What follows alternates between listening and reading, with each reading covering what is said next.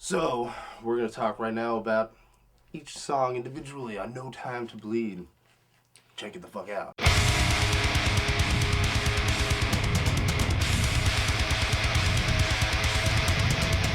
Lyrically, it's about a situation of two people in the mountains. Not really necessarily in the mountains, it could be anywhere, but two people and one of them getting into a situation where they had ingested too many hallucinogenic mushrooms. And it's the other person trying to snap them out of a trance, or try to snap them out of their trip that they're in at the time. And that's what Wake Up's about. Riffage wise, I just fucking that was a jam. That was one of the later songs that we wrote, and we just kind of went in and pumped out a couple little parts and then put it together and just put riffage behind it. Came out pretty fucking badass and ended up being the first song on the record.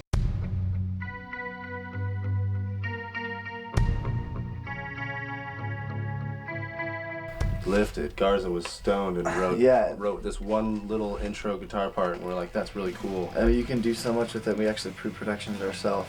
Yeah. And just jammed it, and always were like, oh, we can do so much cool shit with that song. And that song went through 3 or 4 different complete transformations, but still, the initial riff the Garza had made is still the key element in that song. Yeah. And totally just wrote it when he was stoned. And the song's called Lifted. It's not necessarily about just getting high. It's about trying to convince someone that has a intravenous drug problem to just quit using that particular type of drug and just get lifted and give up on that shit. And that's basically what the song is about. Not just smoking pot. So a lot of people think it's just about smoking weed, and it's not. But it is kind of self-confidence. Rise yourself, son.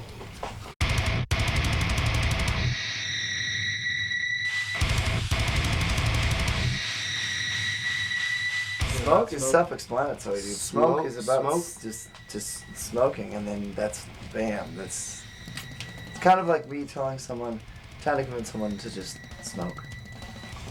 Take it, yeah. Riffage. Set yourself free. Set yourself free. Yeah.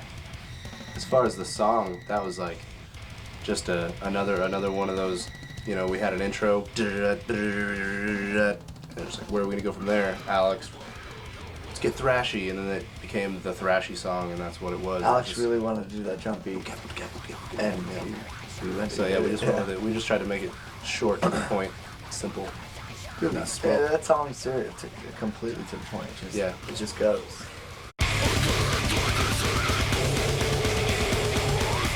Invisible.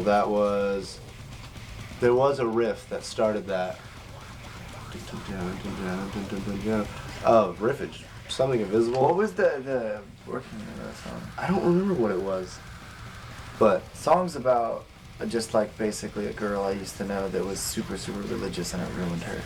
And the reason she was miserable her whole life was because the fact that she believed in something completely invisible.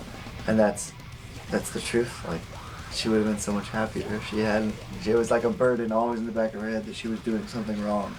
Always a burden that she was like just doing everything was wrong because everything was like not the way God wanted it to be or some shit.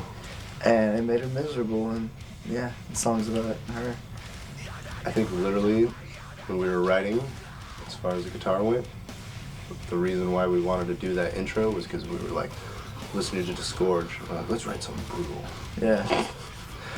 Let's write something stupidly heavy, and then that's what came out. Fun song. Yeah. Different song. It's fucking heavy. I like it.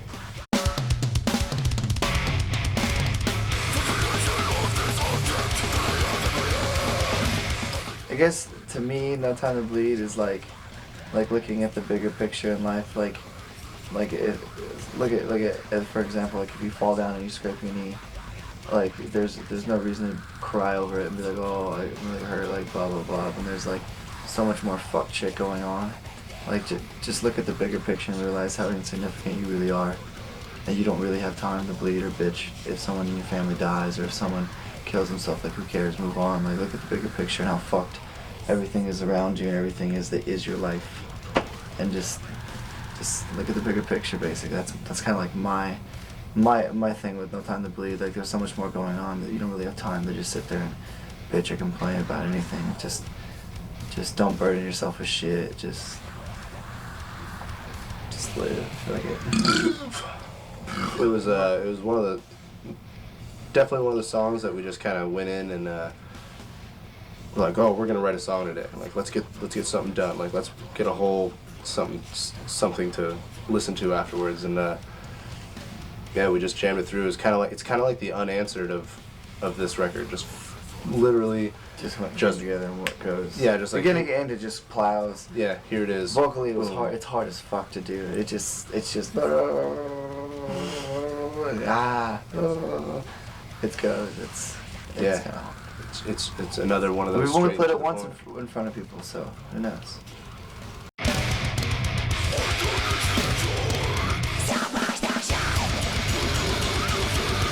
Suffer is because the cleansing was so blasphemous, and it's me just being just that guy that just wanted to piss religious people off, and that was kind of like my stab. The cleansing was like my stab at just pissing religious people off, and Suffer is kind of like me. There's a line in Suffer that says, "A ruthless cleansing has already begun, and it's time to move on."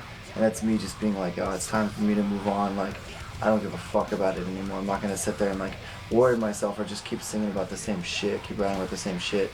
Like, it's me like putting myself past it, and at the same time still saying that I don't give a fuck. Suffer. It means that you still mean nothing to me, because like you still see what you want to see. You know what I'm saying? No matter how hard I can try to call people out on it or this or that, like they're gonna still do what they want to do. So it's just telling them, those particular people that are still not giving a fuck, that it's still believing in whatever their bullshit. It's just me telling them that just to suffer and dwell on it and be miserable, and that it just means nothing to me now, and I've moved on.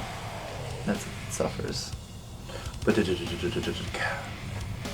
just kept going with the ending, and like, whoa, guitar stopped and the bass stopped. Yeah, we were trying to figure out where it was gonna go, and then and we all, with the machine, when we were writing and figuring shit out, it was just like, you know, this could totally deconstruct and just melt, like get really just different and crazy and scary. And yeah, it wasn't exactly the initial idea, but there wasn't a good ending for it, so we were just trying to think of something, and you know, what better to end this crazy song with a, you know, complete deconstruction.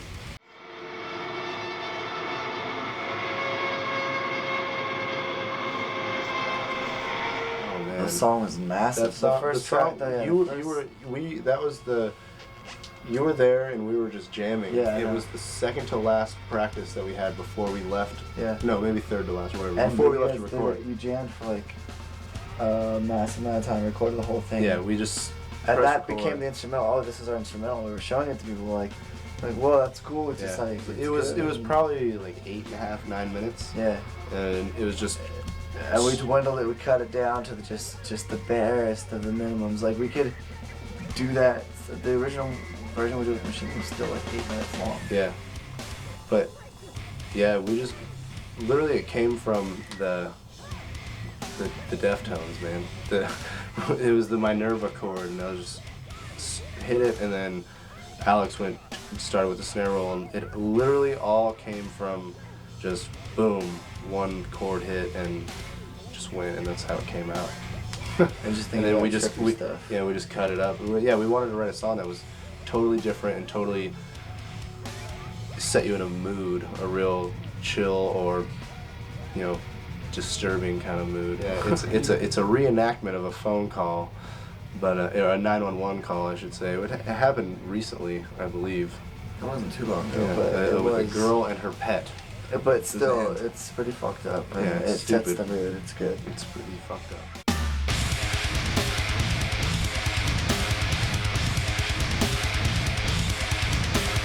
Wasted is about being wasted. It's about being fucked up. Yeah, it's just about being wasted and having a crazy ass realization when you're in your peaking of being wasted. And the realization is that you're completely insignificant, and that you're an everything around you is an embarrassment to what molecules are. And that's it. That's what wasted is.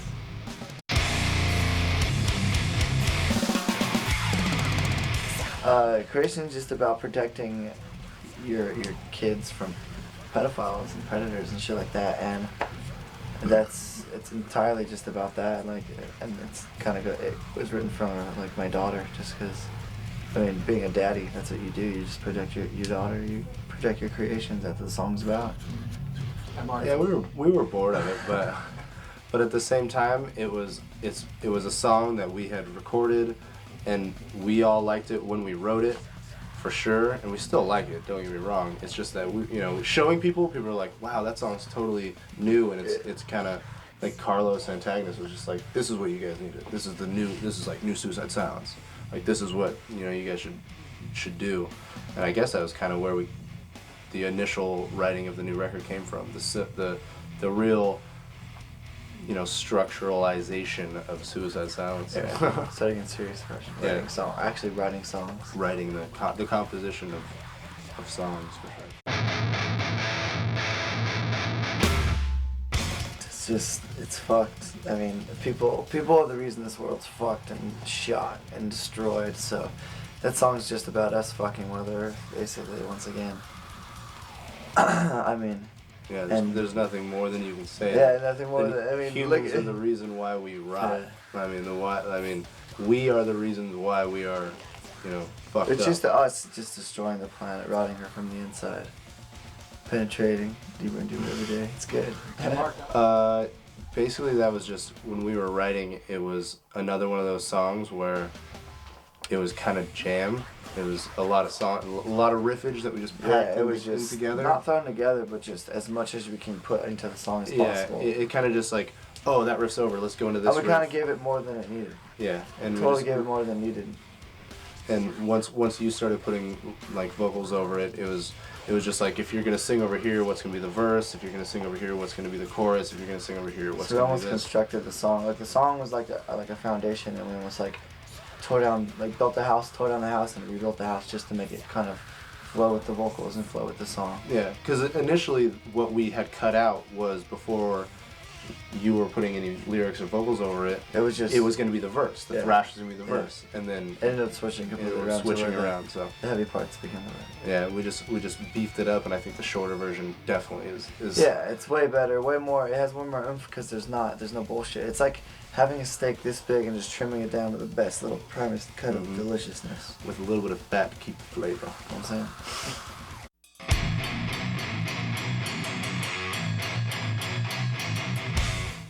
What is it about lyrically? Lyrically, it's about completely just disengaging from your conscious mind, and just leaving, because how shitty everything is here, and the fact that everything revolves around a machine, and that the fact that if the machine is this what do we call human machine? The government, not the government, the whole system that makes everything work. If the water system didn't work, shit would shut down. If there was nothing like that, shit would shut down. And it's so simple for us to just completely be worthless if that shit shuts down. Imagine if your cell phone didn't work one day. If everyone's cell phone if no one's cell phone worked for just one day, and you had to go home and call somebody, it'd be chaotic. That would fuck shit People up. I don't even have a fucking. It would seriously be. And it's so simple for that to happen. And so disengaging is just basically being completely shutting yourself down from everything that's your reality, and just completely leaving. And just if when you die or when this world ends, which is very soon, just be glad you knew that you were able to know what life is. You can just not exist or not see life. You know what it is. You're actually able to see it, and just completely disengage from it because you know how shitty it is here. That's Delivery. Yeah, the song was the tentative title of the song was called Rush Delivery. It almost was a B-side. It was almost. But I love it too much. It was written in literally about a 4-hour practice when we wanted to go home and sleep so that we could fly the next day to go start recording this record. And it basically just really rushed and put together, and then we just took a little bit of time in the studio and just beefed it up, and we thought all together, and it was is this cool? This is way different, but it works. And the first line's not about doing heroin. It says, one day there will be no more pain like an opiate wonderland. It's just saying that one day you'll be free from this place that we're in, and you're not gonna feel pain, you're not gonna feel burden, you're not gonna feel worry anymore. And that has nothing to do with any type of opiate. It's just saying that one day there will be no more pain, like an opiate wonderland. You won't feel shit just because you're not going to be here anymore. And that's something someone asked me about. But we'll get straight on right now. Just be good, you know what